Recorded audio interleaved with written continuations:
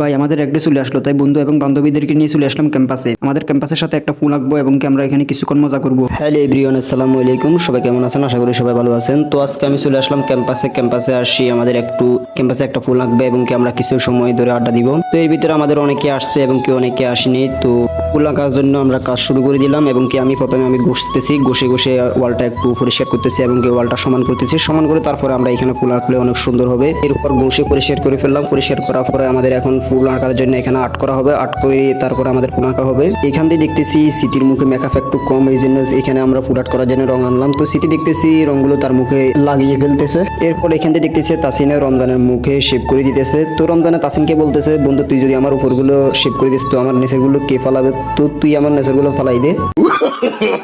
No, no, no, no.